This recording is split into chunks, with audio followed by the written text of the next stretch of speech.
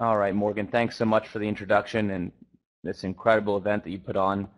Casey and I are both very impressed by the quality of speakers and the quality of the event, and definitely excited to be a part of it.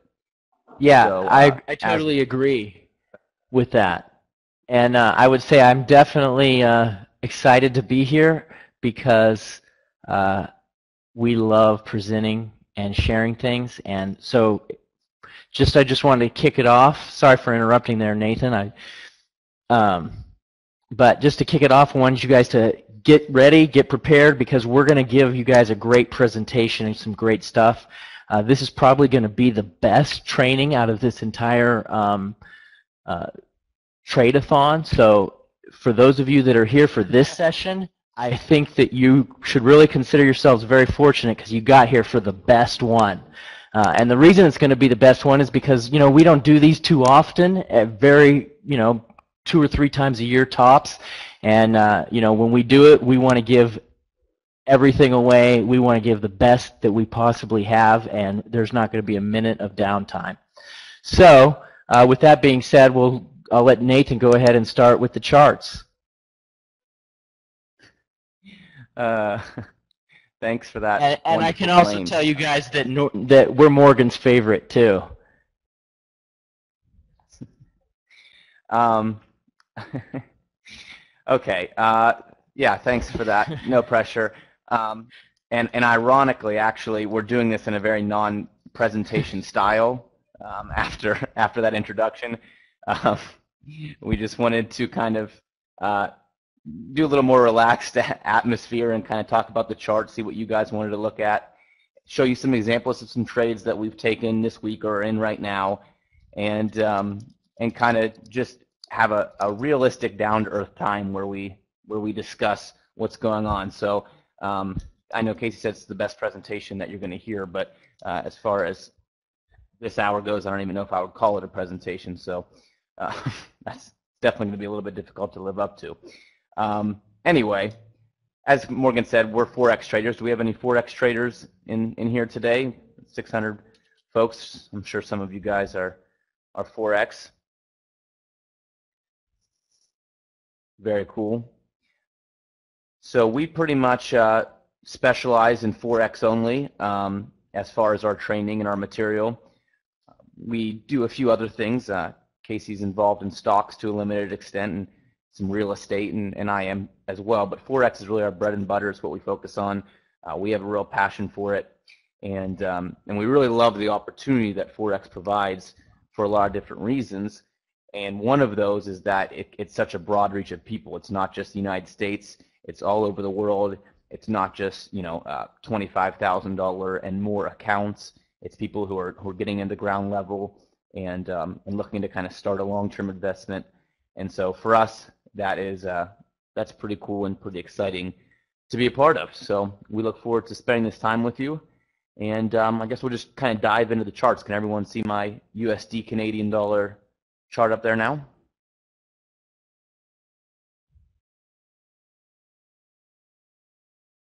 All right, very cool.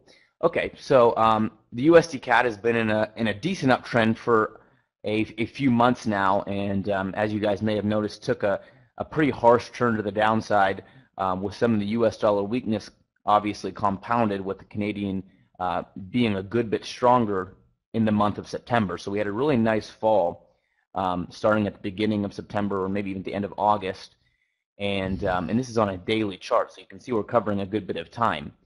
And so our fundamental strategy in terms of trading the Forex at Winner's Edge is not too flashy or not a lot of indicators, not a lot of stuff going on. Basically what we try to do is approach the charts, kind of understand the structure of the market, building out that structure in terms of drawing trend lines, highlighting critical levels, understanding how the market works and what the brokers are trying to do with orders, kind of having that holistic picture, and then trading appropriately. So when we talk about trades, you'll see that we're not looking at a whole lot in terms of indicators or confirmations. Basically, what we want to do is approach it, draw our critical areas, and then trade those areas. So in this example, we had a really good trend line building for the USD CAD, and If you guys have been trading for a while, you know that good trend lines are hard to come by because the market doesn't make it that easy on you. It's always, sure, there's higher highs and higher lows, but it's never that easy. So we have a really nice trend line building and then a reversal right at 105.50. And so this was the first clue right here, if you guys can see this high. I'm trying to draw with my marker, but I'm not sure it's totally showing up there. The high right here around 105.50 was the first clue that there might be a short opportunity, because on this really strong run here, because we had a lot of momentum and a really strong run here, it didn't eclipse our previous high, which was over here about 106. It topped out at about 106. And so when you have something that bounces right off your trend line very perfectly, and then makes a momentum run up to the upside, but for one reason or another does not get to your previous high, then you kind of put a red flag up there. That's kind of like that logical structural approach I was talking about. It's not necessarily that you need an indicator to tell you that. You just look at the market and you see, okay, there's a reason that we didn't make a high here. Now maybe it's just trying to catch its breath, gather some more orders before it moves again, but you put your antennas up and you get ready. And so then immediately after this stall, it stalled for about a week or so, we saw the momentum really strongly pick up to the downside for the first time in a while, and it didn't even slow down to make the break. Now, when you have a long-term daily trend line, typically when you come into that trend line, you're going to see a lot of stalling, you're going to see a lot of slowing down, and it just broke right through that. And so that's your first sign that we might be headed down. And for some of our traders, they got the break here. A lot of times it's actually difficult to get that first break for a lot of reasons, and we'll probably get into that a little bit later in terms of filters. But what we like to do is get it on the retrace. We call this a boomerang entry. A lot of times you'll get a really strong break, and you have no idea in terms of where this is going to stop. I mean, you can make some educated guesses. You can look at ATR. You can pull out your points of previous support and resistance and guess there. You can draw a fib extension and put a guess there. But really, you don't have a great way of knowing where this thing's going to pull up. However, once you get a retrace and the market comes back up and gives you another good price to get in, and you'll notice that this happened right at the 618 fib of this swing, the reason we like this entry so much is because there's an obvious target. Does anyone know where the obvious target would be on this particular trade? What we did, we took a short on the re-break of this retrace trend line. We're always using trend lines because that's just a rough idea of how that market structure is appearing on the charts. And so we love trend line breaks. Now, they're not always high percentage. You can win 30 to 35% of your trades with trend line breaks as long as you're setting those up in good risk-reward situations. But the reason we like this trade is because then you have an obvious target. You know that the market has a bottom. It's just recently been there. You're not pulling out, an area from 6 months ago that you don't know if price wants to go to. You have a very obvious bottom in place, and then you just put your target, 7, 10, 12 pips above that low to increase that probability, and you're in a very reasonable, high probability trade that still has a positive risk reward. And I'll give you an idea. If you took this right on the break here and actually toward the bottom of the bar, you're looking, if you're putting your stop above this top, about a 65 pip stop. If you go with the more conservative stop above here, you're looking at about 115 pips. But you can target easily 150 pips here. Okay, so a nice risk reward without getting too complex and diving into the into the indicators and the filters. Just taking a very logical approach to the market. And I think, based on the traders that we deal with, that's something that's missing a lot from the training out there. It's just kind of understanding the market logically. That people get kind of too wrapped up in the systems and the strategies. Not that they're all bad, but they kind of go over the top with that. I don't know if Casey wants to add anything on this particular pair here.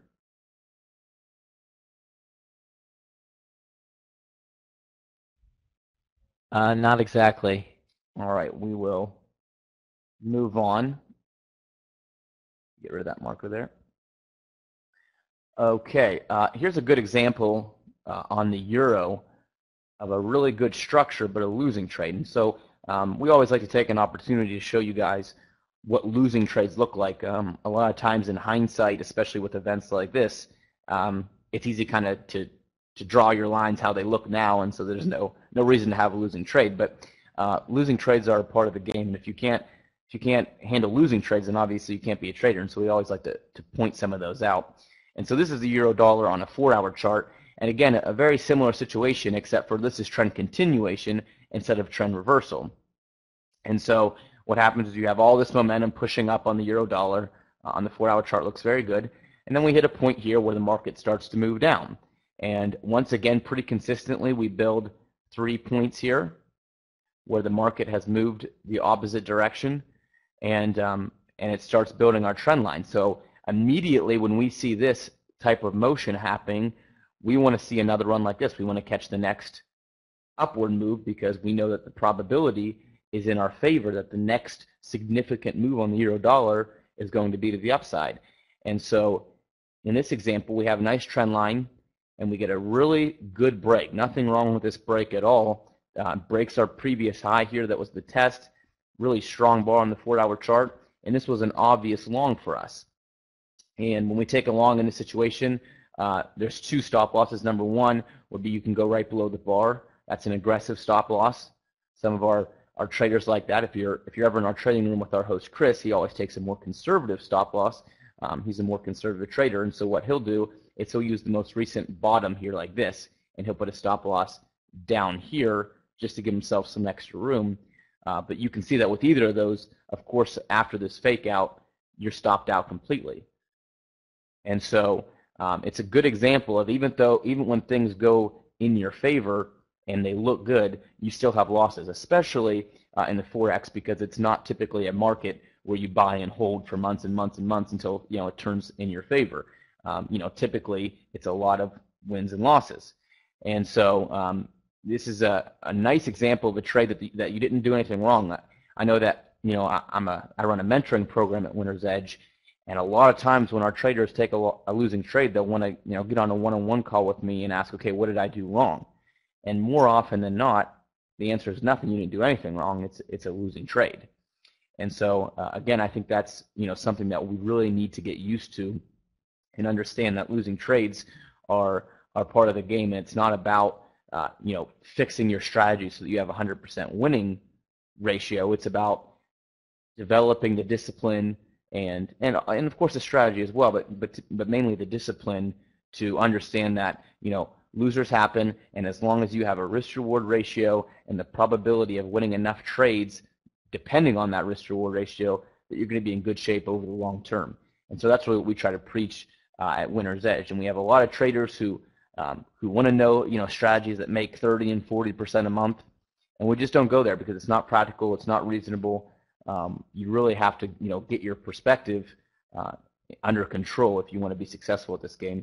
And you'll see that this euro dollar ended up breaking and going perfectly right to what would have been our target here at this high, 136.50, and it just faked us out before it did so.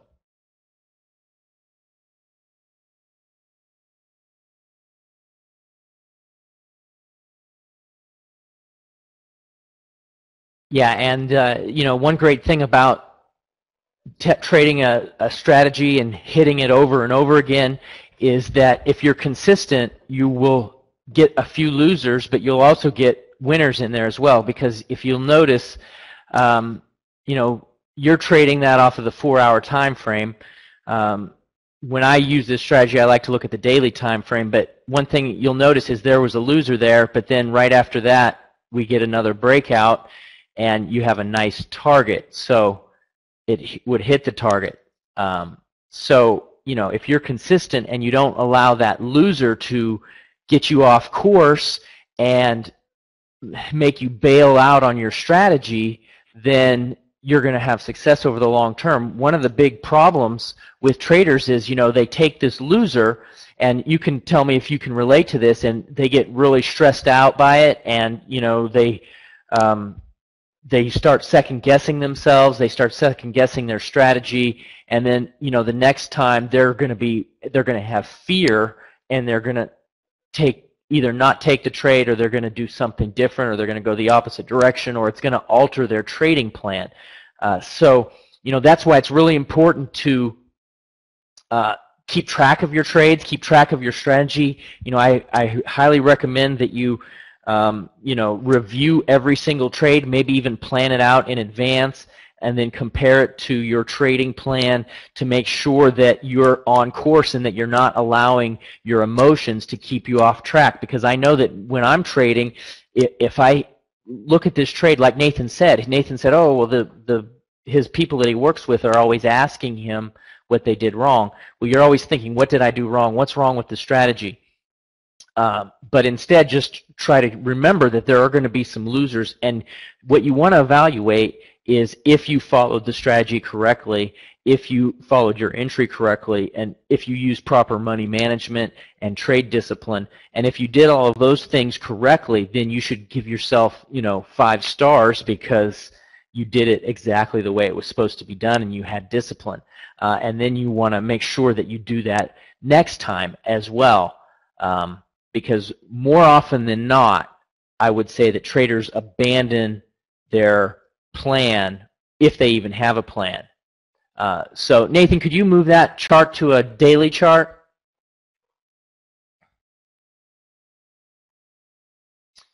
Okay, so you can see, if you look at that tail there, this is just time frames. I think that if you haven't had a lot of success yet, it's a lot easier to go to a daily time frame and take a little bit longer term trade, because you can see that there were 2 fake outs on that upward move, and a lot of people really believed that the price was going to go up and they were just waiting for that to break. You can see we have a really long sideways, all the way from September, looks like September 18th, it made a nice big up move, and then we got just a sideways movement for a full month, right? And so, if you're trying to trade that on short-term basis, it could be really difficult. But if you're using the daily, it helps you avoid those fake outs, because there was a couple fake outs to the upside and a couple fakes to the downside as well, because you can see those tails, like people were saying, okay, this thing's finally going to reverse, and they jumped in and they got faked out. But if you use a daily time frame, that helps you avoid those fakes. Yeah, that's a good point. And the thing about the daily is things become a lot more obvious. Like Casey said, when you're trading this on a smaller time frame, it's very difficult to see what's happening here. You're looking at a 4-hour chart, you're seeing huge moves, even though there's really not a whole lot going on in terms of actual market movement. You can see that's pretty much just a consolidation period on the daily, and that's pretty obvious. But if you're stuck in a smaller time frame, then a lot of times you get into trouble not realizing what's going on in the big picture. And so that's another thing we teach, is to make sure that you're not getting stuck in smaller time frames. It's okay to trade on a smaller time frame, but you don't want to get stuck there and lose the perspective and not have an idea of what's truly going on in the market. And so let me stay on this paragraph. Go ahead. Yeah, and especially, I was going to say, especially if you're trading the lower time frames and you're a losing trader, you might want to jump in and start with the daily first, and then if you can achieve a level of success, then narrow it down once you get a feel for how the market is moving. I think one of the fears of traders who are trading smaller time frames and don't want to move to the dailies because they're afraid they won't get enough trades. And so I would just put a plug in there also that if you're afraid of not getting enough trades, then you really need to reevaluate, because that should be your last concern when you're trying to begin to be a profitable trader. You can worry about that later when you're trying to scale that into more profit or a larger return on your account. But as a beginning trader who's not yet profitable, the number of trades, unless it's something absurd like you're trading one trade every 2 months, but a lot of traders they want to take multiple trades a day. So you need to get that in check and let that be a last concern. Focus more on the fundamentals of how you can start being profitable, and then you can scale that up. And I saw a comment about go ahead. Yeah, well, that's a great point, Nathan.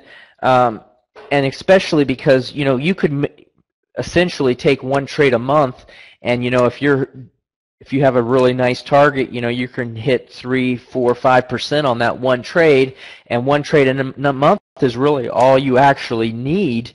Because if you're getting those type of returns, you're going to have a great year, where you could even potentially double your account and you could only take 1 or 2 trades a month.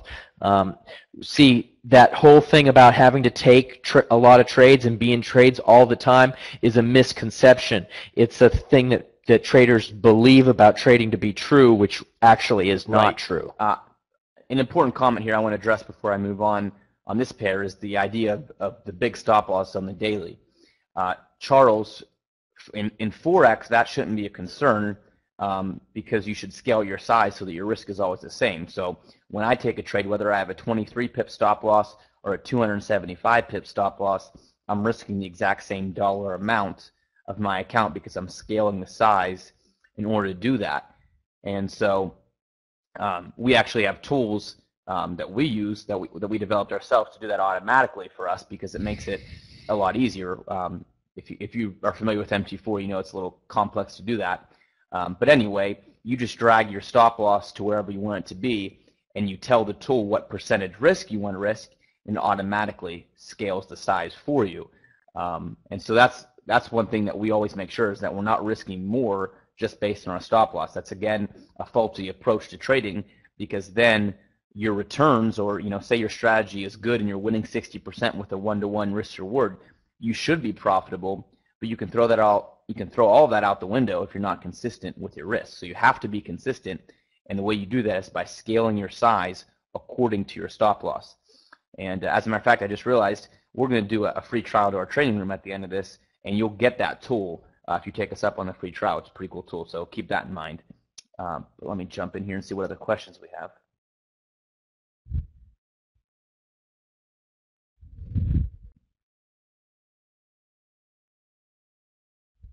As far as determining stop loss, typically there's always multiple areas that you could put a stop loss. You can go right under your entry bar. It's a very aggressive type stop.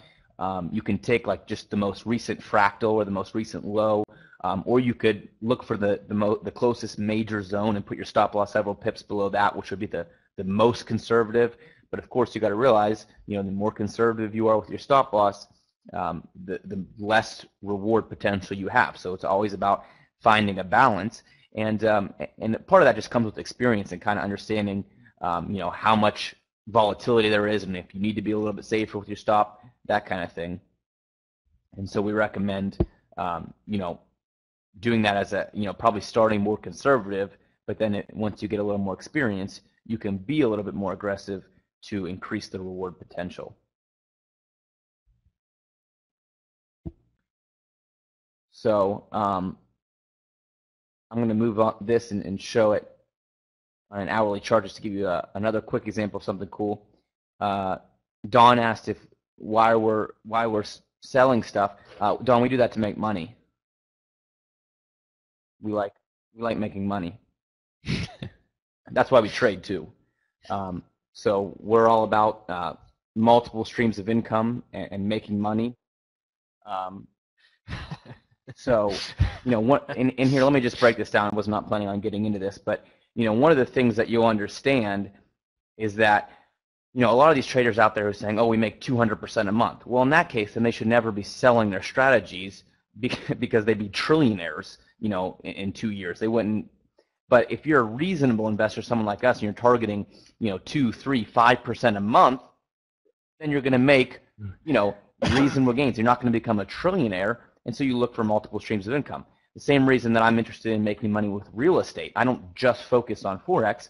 I'm interested in making money in other ways because I want to build that income. So,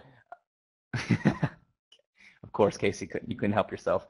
So, Dawn, I don't know I don't know why you wouldn't want to make more money. One thing that you'll learn about history is that the rich get richer, and there's a reason for that. It's because they don't stop once they found a way to make money. They always continue to find more ways to make money, and I plan on being one of those people.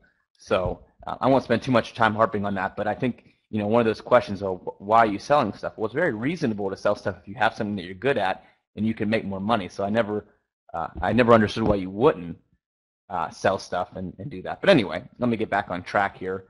Unless Casey needs to chime in, talk more about the government, which. Well, Are you going to talk about this Well, I just wanted to 1 hour show entry something very or cool about what? trading structurally. We were talking about the long entry here and how we missed out on a buying opportunity here. We got faked out and we lost a trade. But what's great about trading structurally and understanding the market is Right. that if you're looking at this on a different time, you can understand that you're actually starting to build some downward momentum, and you could actually take the strike entry to the downside here, and you would hit your take profit on a perfect short because your take profit would be this recent low. So it's exactly the opposite situation, but when you understand how the market works, you know that different time frames are really completely different scenarios, because a retrace on a daily chart is a lot of great downward trending motion on a 1 hour chart that you can take advantage of. Right, exactly. And I want to share something about that. The breakout to the upside, if you look at the hourly, this is just a little tip. You see that blue candle that breaks the line, the most recent break? Can you see that? It's right around 135.50. What's interesting about that is that the very next candle is a pin bar. Now, a lot of people are saying, hey, we want to short the pin bars. That's a great idea, and it is good, but when you're dealing with a price break like that, shorting that pin bar would have been a terrible idea. What would have been better would have been to get into the trade on the retrace, because one of the things that we like to teach people is that when you get a break of a resistance or support area, is a lot of times the price will then go right back and touch that area, so if you happen to miss the break, you can get in at a decent price because you'll get some retracement you're exactly there. right. And now you just kind of opened up the window for me to go on another one of my rants. So I'm mad at you for doing that. But I just need to harp on this for a second. See, one of the things that happened in the market, and you guys can give me some feedback. There's 700 of you almost in here. Can give me some feedback on this. Maybe I'm wrong. But what I've seen is that a while ago, the market was obsessed with indicators. Everyone's coming out with indicator systems and moving average and Fibonacci plus Bollinger Band plus stochastic, all this stuff. And then people kind of found out that that was not working. It's a lot of hype. It didn't really work.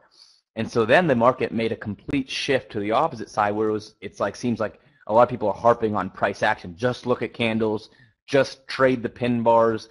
Just trade the twin tower bars or the momentum bars. And they've completely shifted to the other end of the spectrum, where now you don't pay attention to market zones or trend lines. You just look for a pin bar and you trade it.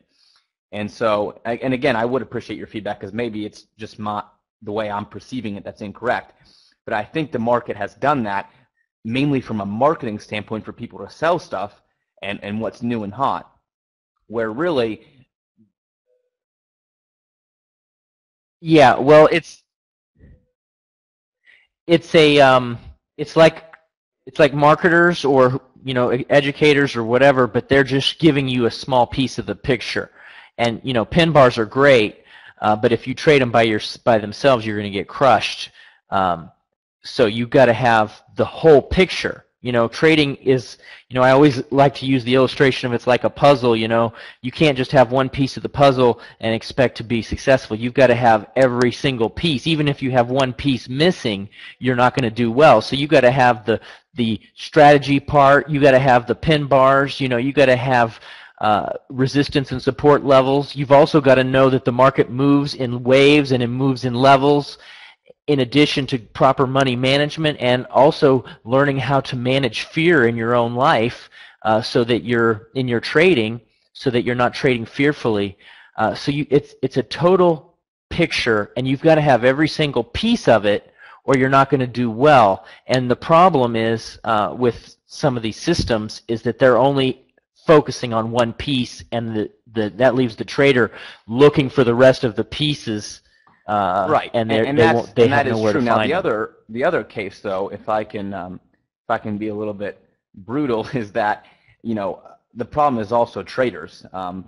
Perhaps many of you in this room, don't be offended by this comment, but a lot of people are offering very legitimate, good training out there. I know quite a few, but people read the material and it doesn't make them rich overnight. So then they say, "Oh, this is crap."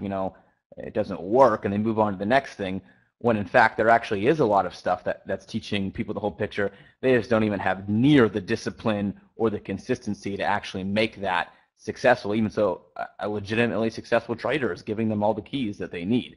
And so I agree that there's so much crap out there. I mean, it's unfathomable. But at the same time, I think traders need to take a little bit of responsibility as well, and understanding that they can't expect to just get the keys given to them unless they're going to do a hands-off investment. They have to actually put some real time and effort into it. It's like going to a job. You can't just show up and expect the work to get done. You actually have to put your hands to the plow.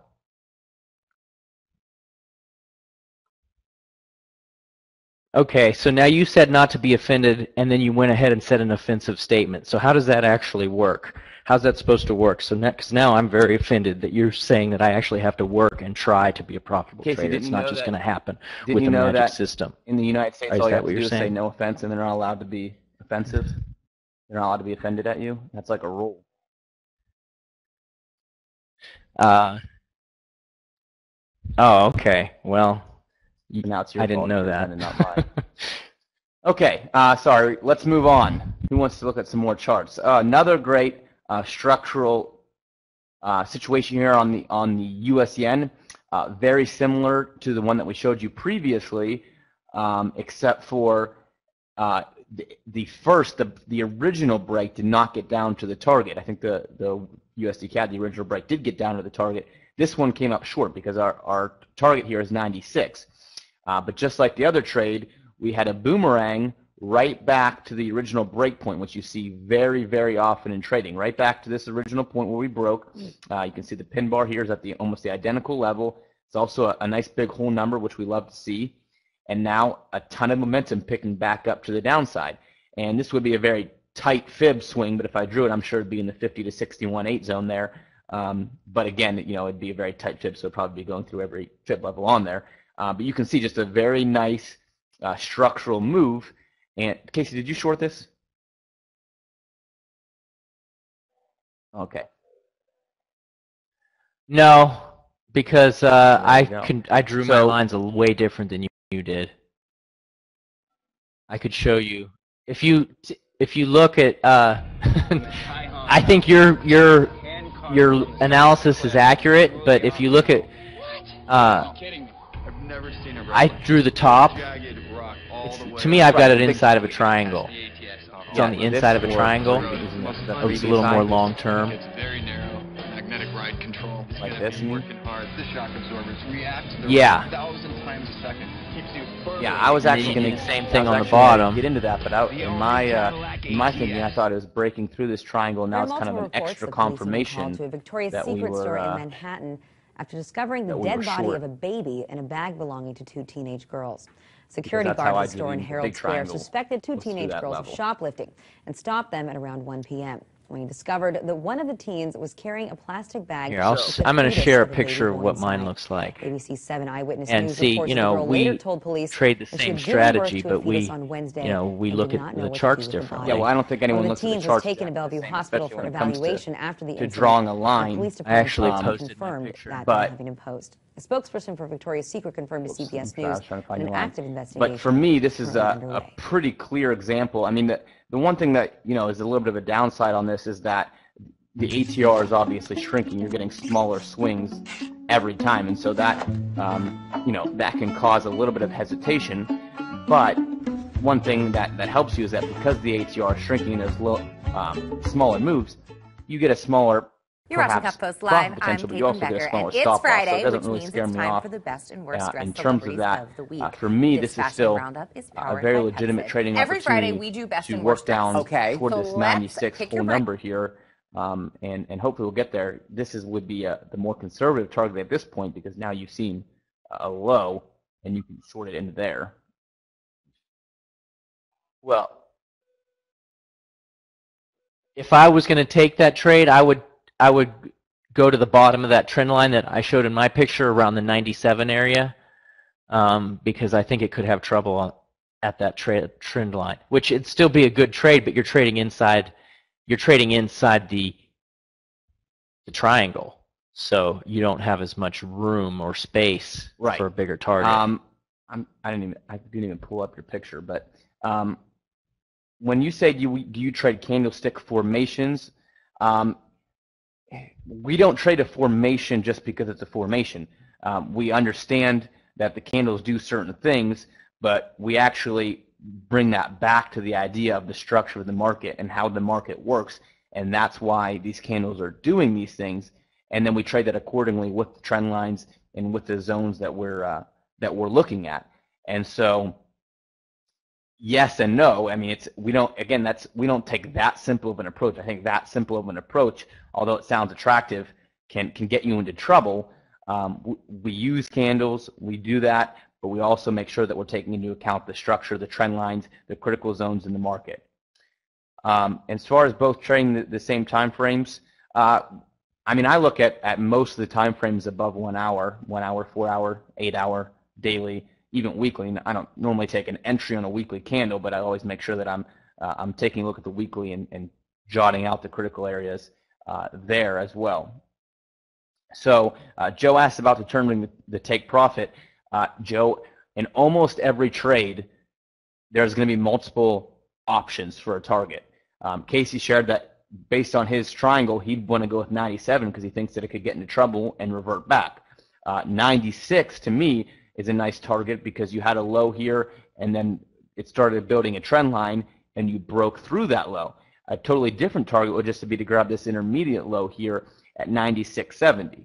What you have to understand is not necessarily, you know, what the right target is, but understanding that the bigger the target you take, the less probability you have of winning the trade, but the less trades you need to win over a period of time. And so, you know, you kind of find a balance there. Again, for more, you know, beginning type traders, I typically recommend take the more conservative target, get some wins under your belt, understand how the market's working, and then go from there. And then if you want to be more aggressive in terms of both tighter stop losses and larger take profits, then you can do that. You can build from there. But as a way to kind of get some of those wins under your belt and begin building a profitable strategy, I typically recommend using a more conservative target.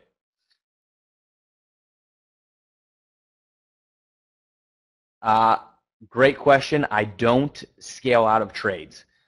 For me, it's a very mathematical approach, and so you know, I have a few articles on our website about this, but the very short answer is, mathematically speaking, if scaling out and letting one piece hang on later hits your take profit enough times to make you more money over the long haul, then keeping the entire position on to hit that take profit later on would make you much more profitable over the long term. Okay, so that's the very abbreviated answer, but if you want to jump on our site, which we'll give you information on later, there's a few free articles there that kind of go into that. And Guy, yes, we do scale into trades on the original strike is one entry, and then on this boomerang opportunity would be a second entry. Not always do you get both. Sometimes you only get one or the other, in which case you would not scale in, but a lot of times, yes, we do scale in and take two positions on this continuation or reversal break pattern. Okay, I'm going to jump on to one more chart here, and then I promise I will get back into the chat there. I just want to make sure that for the people who are not asking questions and are more interested in just training, that we're moving along here, especially after Casey's bold claim. Okay, so this is the odd dollar on a 4-hour chart. Casey, you want to break this one down?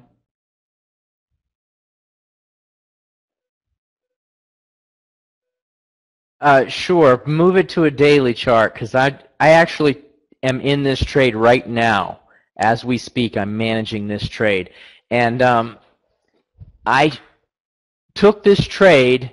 I got in right around 94. If you look at the 94 level, all I did was I put the trend line you see there, that blue trend line, right? And then when I saw a daily break above that line, I went in the direction of the trend, which, as you can see, it's now moving up. So I went long, and I put my stop loss just below the 93 level, okay? And so now I'm currently in the trade, at let me just give the exact calculation here. I'm in the trade at, I'm about 230 pips in profit right now. And the reason is because I was extremely patient on this trade. So, and what I mean by that is that you can see in hindsight it looks like it was moving upwards, but when you're holding the trade, it was actually holding that 94 level for quite some time. And, you know, I kept thinking it was a good trade. I saw the break, but for some reason the market did not want to go. And so I just kept my stop loss in place, and I just held that trade, and I held the trade, and I held the trade, and then finally, over the last couple days, we got some momentum, we got some news, and now off it goes. And so now I've actually been locking in my profit, and I'm going to be trailing it with a daily stop loss. So at the end of the day, I'm going to lock in profit and just see how it moves on a daily basis. But it's nice because I was patient, and now I'm up 230 pips because of being patient using a daily time frame. And you know, we talk about being in a trade every day. This has taken about 2 weeks to develop, so it took a lot of patience on my behalf. What is your target, and why did you not target this to wait high for this right here?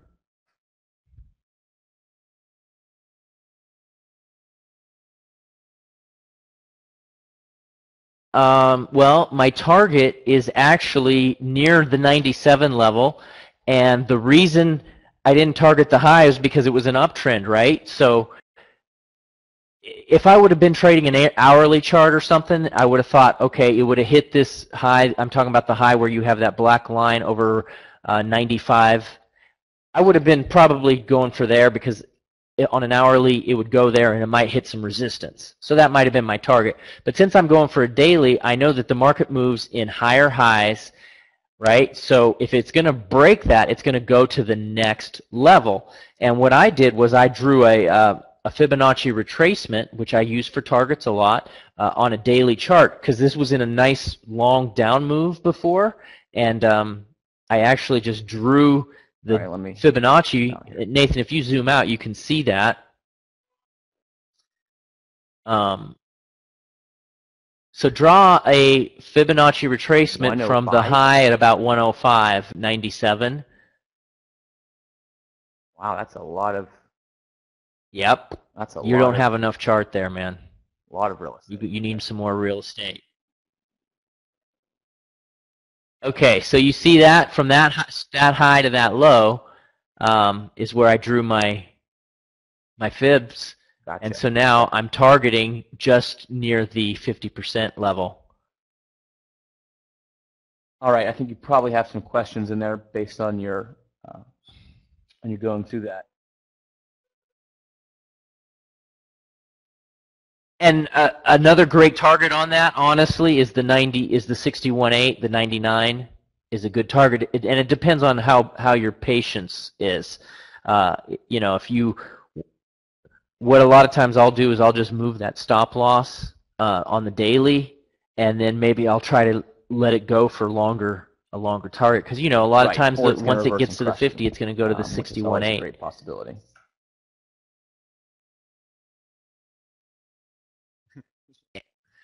And so oh, exactly. That's good comment. You know, one of the things people are asking is scaling in.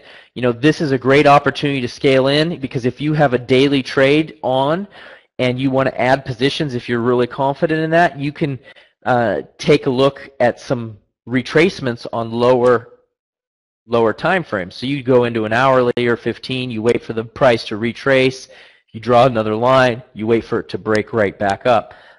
That's a great way to do it if you are confident that's on another the daily example side of something things. where you really would boost your overall reward, but each time you add a position, you're also boosting your risk, because even if you have say you have 1-to-1 in terms of your reward locked in, and you want to add another position, all of a sudden you can end up with a break-even trade even though you were up 200 pips at one time.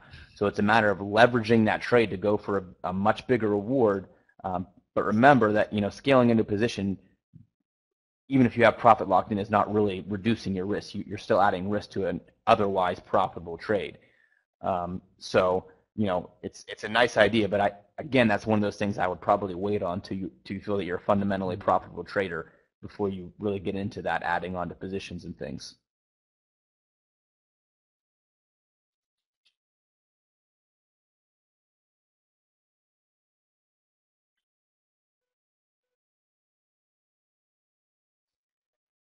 Yeah, so why don't you, I agree with you on the statement about adding your risk, but why don't you just go, and in hindsight is always it's always so easy to look at stuff, but why don't you just, there you go, drop down and see some potential additions you could make. And this is, it's good to look at hindsight. Obviously, you're going to be a perfect trader, but it's also good to give you an idea of what the market is doing, helping you with understanding the structure and how you could have traded. But look how many different opportunities there were to add to that trade. So if you notice, on the very first break, the one where I entered around 94, look how many times I could have got back in. I could have even got in at a better price if I would have been more patient around the very first break around 93.50 area. You can always wait for the market to retrace because it always does. Always. It never goes in a total straight line. So if you're looking at a daily entry and you want to get a better price for entry, just wait for a retrace. Term trade like this is look at the whole numbers. If it breaks 94 and then comes back to test 94, you have an add situation. Here it did it a few times. But then it breaks 95, comes back to 95. You have an add situation there as well. And so another thing that you can do to make it a little bit easier to pick your areas is just to keep an eye on all of the whole numbers, because those are typically confirmation points for the market in terms of its movement.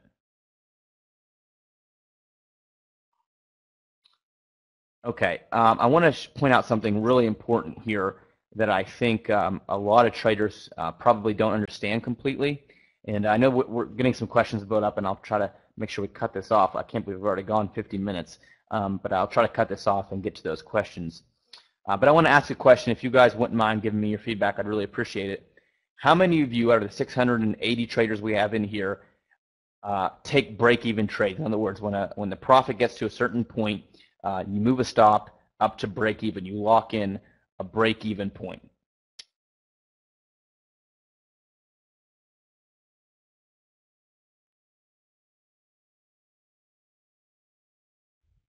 I'm getting a few no's, a few not much, but a lot of yeses. Okay, and that's what I thought. That's a very common thing. People do that a lot, and I think that it can be helpful. But I also think it's something that you need to be really careful with, because break even can really hurt you in a lot of ways if you're not completely understanding what's going on. And this odd US dollar trade is a perfect example. See, what a lot of times what happens with traders, they can understand that that the strategy here is to take a buy on this break. They can wait till it breaks this top right here with this big bar, and they can say, oh, I'm getting in. And they go long right in this area, and it shoots up, and all of a sudden, they're up 70 pips. And for the average trader, wow, 70 pips, that's great.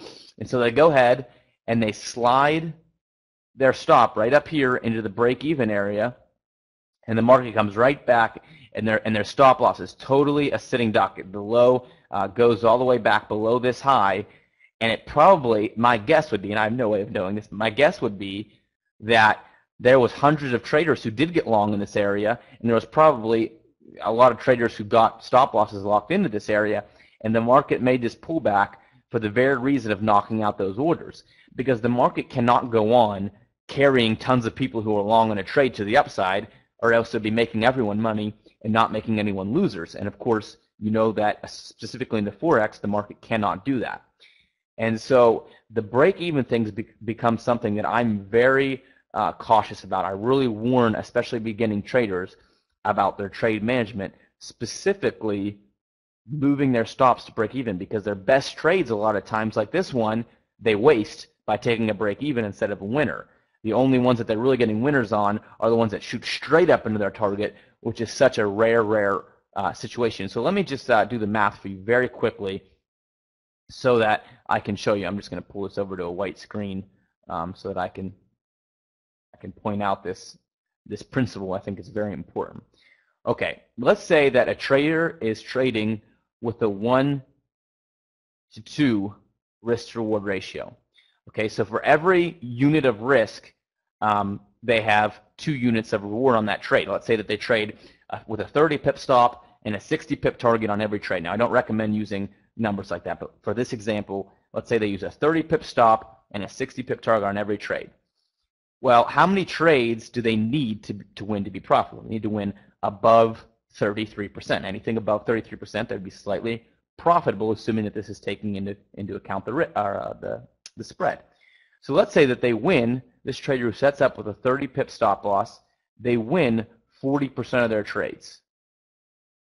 Okay, so they're a 1 to 2, every trade is set up with a 1 to 2, and they're winning 40%. This formula here should be a very profitable formula for a retail trader, or for any trader. It should be very profitable. You should be making very good gains. However, 90% of the traders who are following this type of principle, setting up every trade with a 1 to 2 and winning 40%, are hugely losing traders. They're crashing their accounts, for lack of a better term. And there's one common reason. I've dealt with a lot of traders, and I can tell you that the absolute most common principle is that they think they're trading with the 1 to 2 because they're setting up every trade with a 30 and 60, but they're moving their stop to break even on the high majority of the trades that go into profit. So when you actually look at their account, yeah, they're winning 40% because those break evens are 0.2 winners or 0.3 winners or whatever. They're counting for winners, but their real risk to reward is not 1 to 2. It's more like 1 to 0.8 or something like that, which is vastly different than a 1 to 2. And all of a sudden, if you're trading at a 1 to 0.8, you need to win 55% of your trades, whereas they're winning 40%. Now, I certainly won't tell you that if they just quit moving their stop to break even, that they would be profitable, because that's not the case. They probably need more than that. But the idea of moving your stop to break even and causing yourself to waste potentially profitable trades and killing your risk to reward ratio is one of the most common mistakes plaguing amateur traders who are losing money month after month after month because they don't understand the principle of how these break-even trades are affecting their risk to reward and therefore their needed winning percentage to be profitable. And so it's something that I would be very, very careful about. And again, this odd is a perfect example. Let me get back to it here. You had a great break. I'm sure that some traders got in this. The market went up. They're thinking, wow, I'm up 80 pips. I can't waste this. I got to make sure that I don't lose on this trade. And then the market comes snapping right back down to the break point. Now, here's the most important thing that you can understand from what we're teaching you today specifically about this boomerang strategy is that the losing traders move their stops here. The winning traders are adding more money here. And so it doesn't really get any more black and white difference than that. Some traders have stop losses there. Some traders are buying more there. And like Casey said, then, if you believe that the market's moving up, it gives you a lot more opportunities. But this original boomerang where you see the retrace happens so very often. I would encourage you guys to go back through your charts, look for breakpoints, and see how many times, specifically on the 1 hour and 4 hour charts, you get this boomerang where it retraces right back near the breakpoint and stops out all the traders who got too antsy and took the risk off the table.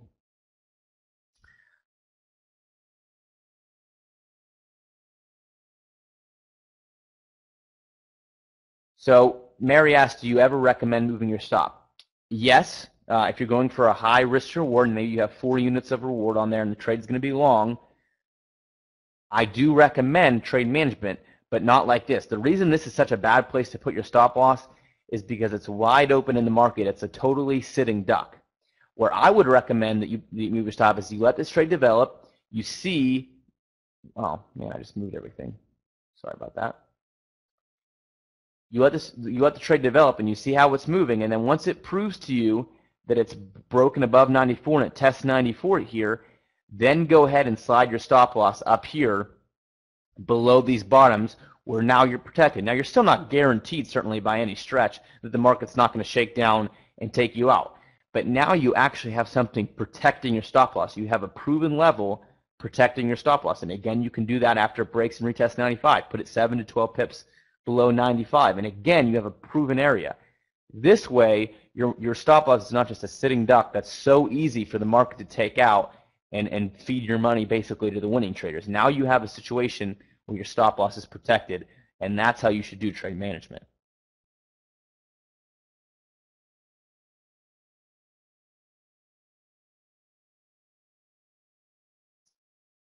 Okay, sorry, I'm just looking through these questions in case you can certainly feel free to chime in.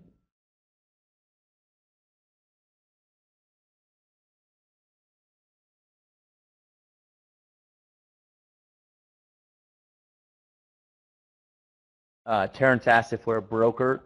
No, Terrence, we're not a broker. We don't do a brokerage service. We're just educators. Roger, no, we're not time. Oh, whoa, hey.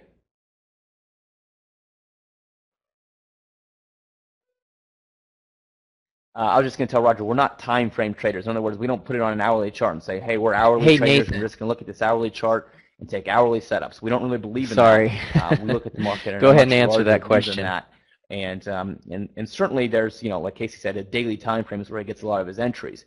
But he's not just locked into a daily chart. He's looking at the entire market and just using a given time frame to execute the trade and to give him some parameters in terms of stop loss and profit and things like that. So we're not specifically set on a certain time frame.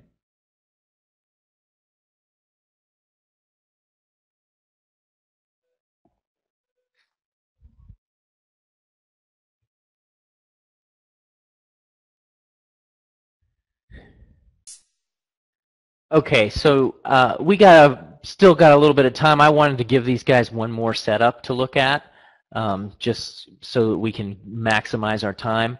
I think questions are important, but I really like showing live trades. Take a look at the New Zealand US dollar, which is very similar to the odd trade. A different entry because the pair had been moving a lot different directionally. The odd dollar was in a steep downtrend before it started to bounce back. The New Zealand dollar's kind of been sideways for a longer period of time. So the most recent trade that I put on the New Zealand dollar is if you go over to the end of September, well actually kind of the middle there of September, around 919, 920, you can see that a really long consolidation period has developed. If you drew the trend line there, that's perfect. Now take a look actually though, it's actually like a square. If you even, there you go, perfect. You can see that is what we call range trading, right? That is the market consolidating. The blue tail in the middle was a false breakout. It stopped right at 82. People thought it was going to go down. There were a couple other downward tails. But this trade, I had my eyes on it. Once I saw the market consolidating, I knew that there was going to be a trade opportunity. But the important thing was I didn't want to miss it, and I didn't want to take it the wrong direction. So once I saw that consolidation forming, I knew the market was going to break, because whenever it's consolidating, it always breaks. So I did exactly what you saw Nathan do, is I drew that trend line. And once it broke to the outside of that, I got in long. It was pretty simple. I put my stop loss in below the level there, and I'm actually just wanted to see exactly what my entry price was. It was the close of that first breakout candle, around 83.50 is where my entry is.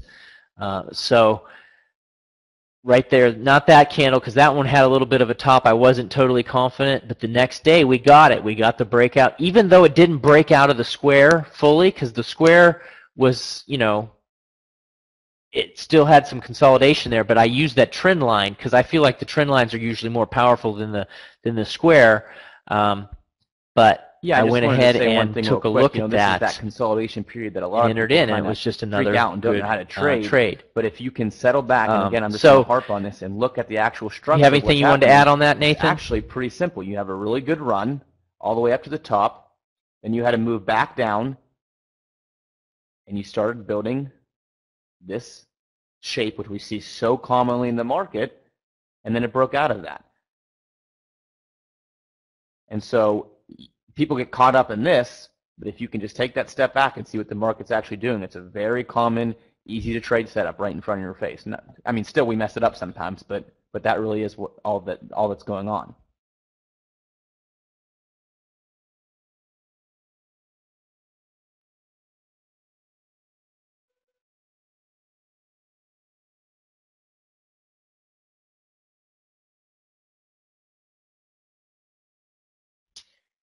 And, you know, the consolidation patterns are definitely one of my favorite trades to trade. The problem with that is to get a clear one like that. I mean, that just happened. I entered that a few days ago. But to get one, because somebody was saying, is there any consolidation patterns right now that you could show us? And, you know, just from looking at the charts, that one on the New Zealand dollar, I think I took the trade on Monday. Maybe it was Friday afternoon. I don't know. But, well, I can look at the date. Actually, I entered it on Monday. So I entered that trade on Monday. Those type of trades are not as available as a lot of trades, so you have to be patient with them, at least on the daily chart. On the hourly, they're definitely more available. In between market sessions, they happen, you know, when the market slows down. If you're looking for them on shorter time frames, you can definitely find them. But on the daily, it takes some time. And yeah, well, Kazimar said, wasn't there a similar pattern in August? If you actually look in the same pair, look at June and July, you can see there was some consolidation. And also in August as well, there was some consolidation, and you got some breaks. Yeah, if you're trading on the daily, you're not going to they do happen, but you know, sometimes you have to wait some time before they do happen. Consistent follow through because the daily has a lot of authority. But yeah, the one in August was fantastic. The one here that I'm looking at the end of August is a very counter trend, which, you know, you can trade, but tends to be a little bit trickier, and for the average trader is going to be a lower probability of winning. But of course, that's the exciting thing about reversals. The risk to reward can just be outrageous, like what you see here. So, sorry, I'm messing with my charts here. Go ahead.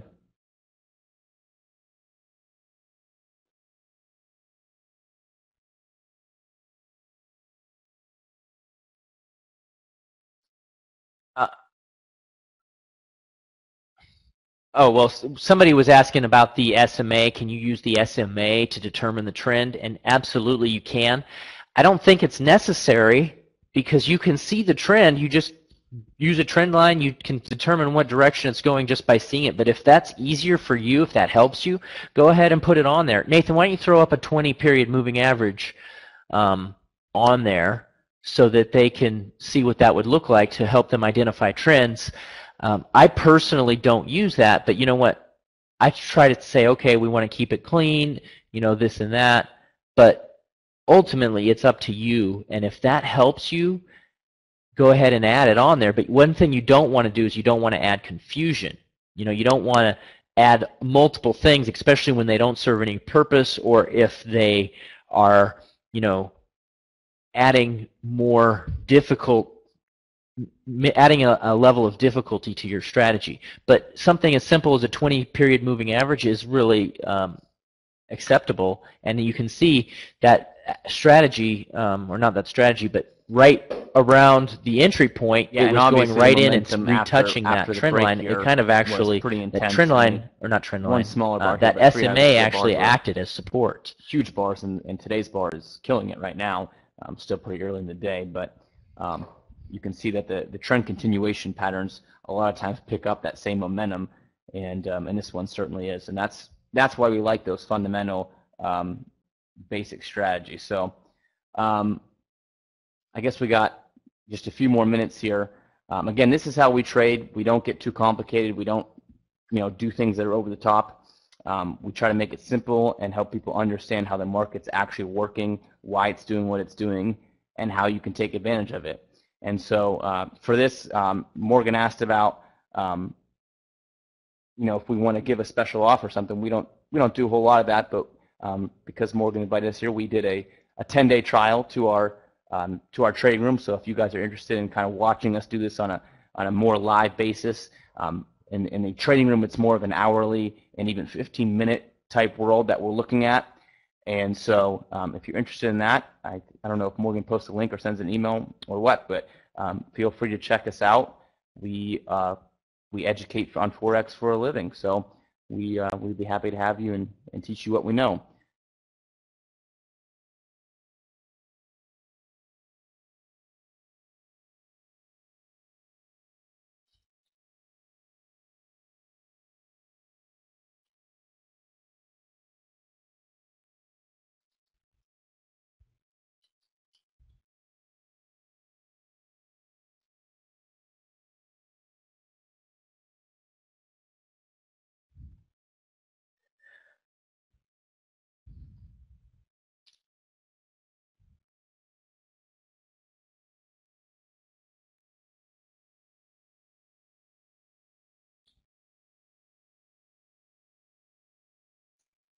All right, guys, thank you very much. We appreciate you being here for sure, Casey and Nathan. And guys, Roger, I just posted the web address to the trial. Here's the link right there that you can basically watch them trade live for 10 days. I have one of the guys that works for me actually is in the room each day, so he is learning to trade Forex, and I got him set up in Casey and Nathan's room as a way for him to learn as well. So he had traded, just kind of give you his background, he had traded stocks and options before. He had traded some futures but never traded Forex. He's currently transitioning to Forex. And it's so 8 to 10. Normally we go a little bit later than 10 answering questions and wrapping up. So I think that you 8 guys will a.m. to 10 a.m. have the opportunity to learn from. Nathan, what are the hours of the room? The trading room, I know you guys do the New York session. We do a recap. Is it 7:30? The trade setups that are likely to follow through later in other sessions, and then the members area has some added stuff like that. So as far as actual trading time, it's those 2 hours, and then the kind of the setup and the signals for other times.